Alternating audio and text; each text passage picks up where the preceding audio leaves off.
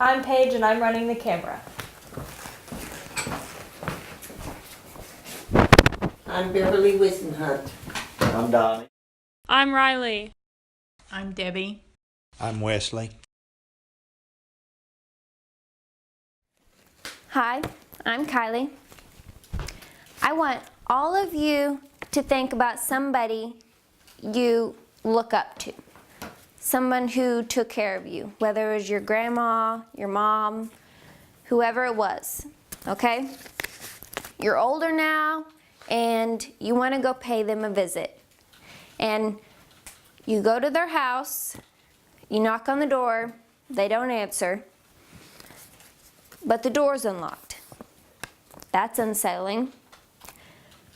You're concerned, so you yell their name, no answer, so you open the door.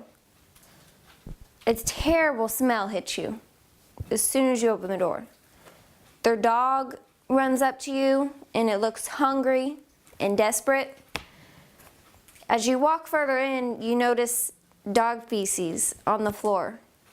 And you look in their kitchen and their stove is on and lit. The sink is overflowing with dishes. Now you're very scared. You're gonna go find them. You walk back to their room, and as you're going, you're stepping over clothes and laundry. When you get to their room, you see them laying in their bed. Their sheets are soiled with urine. You wake them up, they wake up, and you're happy that they woke up, but they look at you and they're startled. They say, "Who are you? What are you doing here?"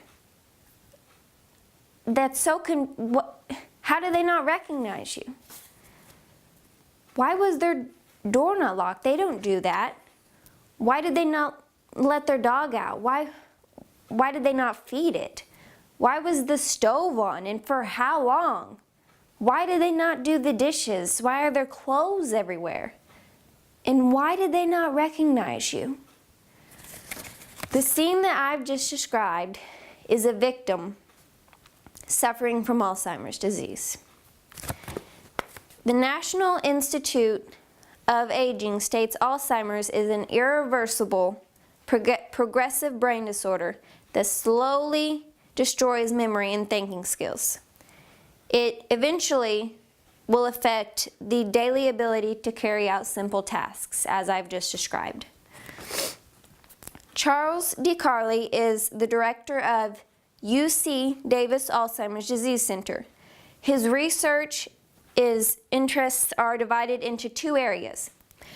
He uses neuroimaging techniques to understand the relationship between brain structure and function with aging and disease. His goal is the potential treatment of Alzheimer's disease. Wouldn't that be great? There are so many symptoms due to Alzheimer's that affect the victim. I'm going to divide them into two categories: mental memory loss and behaviors.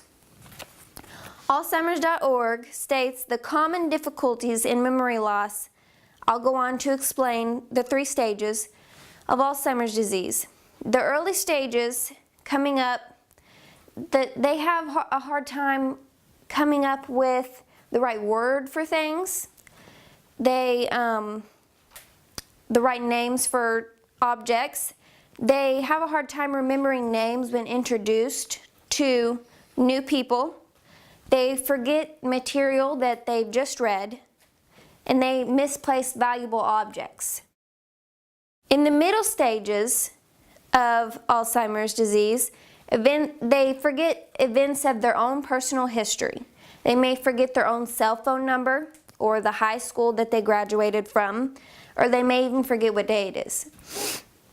In the final stages, they lose awareness of where they're at or very recent events. In the final stages, this is the point where the individual needs high level of care, high level of help. And the causes are still unknown.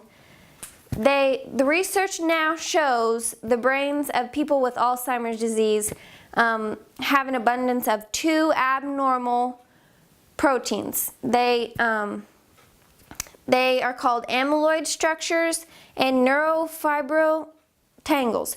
For many years, scientists have come to think oligomers may be the major culprit, but scientists think that plaques may be the brain's late attempt to rid of this harmful beta amyloid from neurons. The chief component of the neurofibril tangles is a protein called Tau.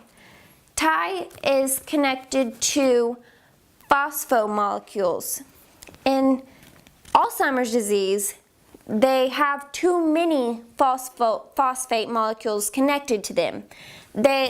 So the Tau disengages from the microfibrils and disintegrates and collapses the neuron's internal transport network. This damages the neurons. So after so many disconnected signals, after so many damaged cells, they begin to die. And as they die, the brain begins to shrink. Now, James Ellison, a medical director and a master in public health, discusses the challenges of Alzheimer's disease victims can experience.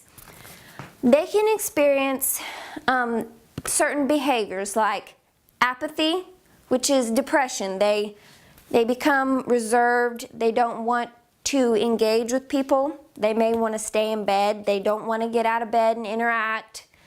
Or they become agitated. You may be even trying to help them and they will snap at you and get mad. You don't understand because you're trying to help them, but it's part of the disease.